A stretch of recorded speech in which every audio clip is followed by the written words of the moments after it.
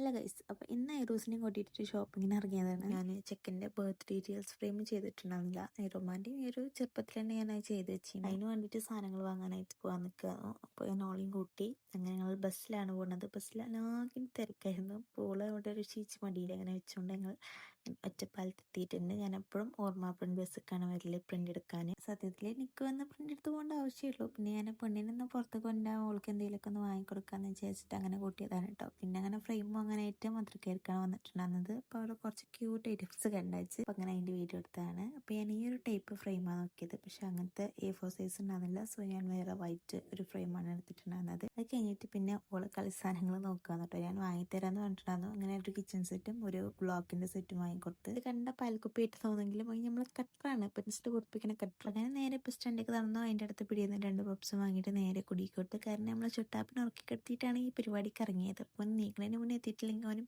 പൂരപ്പുറമ്പാക്കും. ഇപ്പോൾ പണ്ടത്തെ പോലെയല്ല, ഭയങ്കര കച്ചറയായിട്ട്. നേരെ വന്നു അയർ കളിക്കാനായിട്ടിരുന്നു, ഞാൻ ഫ്രെയിം ചെയ്യാനിരുന്നു. ഫ്രെയിം എങ്ങനെ ഉണ്ടെന്ന് കമന്റിൽ പറയാം.